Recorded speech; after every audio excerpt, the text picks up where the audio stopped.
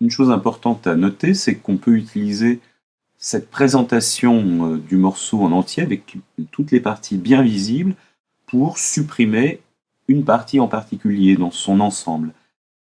Ainsi, ce pont qui interrompt ici les deux parties du couplet au début du morceau, je décide de le supprimer.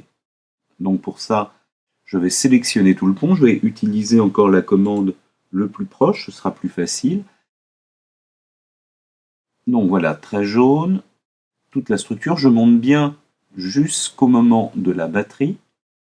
Et là, au contraire, je ne vais pas utiliser la commande Perl Audio, mais je vais utiliser la touche Delete supprimée de mon ordinateur. Et là, vous voyez, on a intégralement supprimé le pont sans qu'il en reste aucune trace et les deux couplets se raccordent. Prochaine étape pour la finalisation de votre projet, la panoramisation. La panoramisation, c'est répartir dans l'espace stéréo de droite à gauche vos différents sons.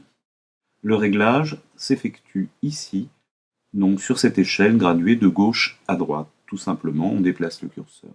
C'est pourquoi j'ai ouvert un certain nombre de pistes afin qu'on voit bien les opérations à réaliser. Alors, les règles de panoramisation sont assez simples. On va garder au centre le grave, c'est-à-dire la basse, la batterie, et on va répartir les autres sons à droite et à gauche en essayant d'opposer les éléments qui se ressemblent le plus. Ainsi, donc ici on a la basse, la batterie, ici on a la première guitare. Donc on va travailler en faisant défiler la musique. Il est indispensable que vous puissiez entendre ce qui se passe justement en termes de stéréo. Donc soit vous avez des enceintes qui permettent par leur disposition de part et d'autre de l'écran d'entendre ce qui se passe, soit il faudra que vous travailliez au casque de façon à bien entendre comment se répartissent les sons. Donc, on va commencer par la guitare qui est ici. Je vais donc mettre en route l'arrangement en partant du début.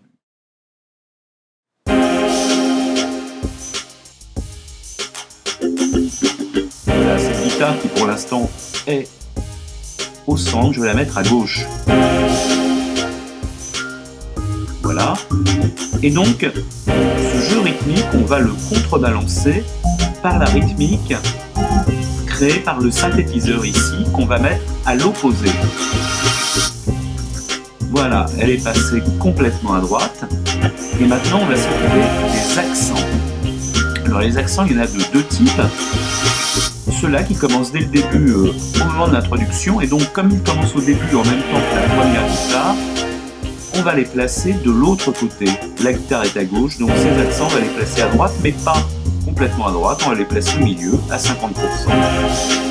Et bien sûr, pour contrebalancer ces accents, les accents ici qui apparaîtront uniquement dans le refrain, on va les mettre de l'autre côté, on va les mettre de l'autre côté, c'est-à-dire vers la gauche. Voilà. Quant au troisième type de son ici, ce synthétiseur en forme de goutte, eh bien, on va le laisser au centre.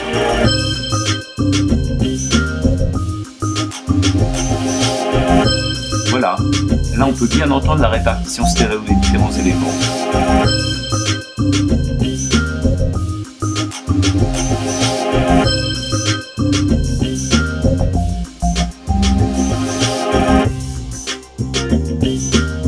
Et donc bien sûr, les éléments étant tous groupés au même endroit, on peut davantage les écouter et écouter comment ils se répondent. Bien sûr, une fois que vous aurez terminé la panoramisation, ce qu'il reste à faire, c'est un mixage tel qu'on l'avait vu dans un des tutoriels précédents, équilibrer les niveaux, vous assurez ici qu'il n'y a plus de saturation, vous voyez comme cette saturation aussi que je retiens, il ne doit pas y avoir de saturation, et à ce stade, vous aurez terminé votre projet.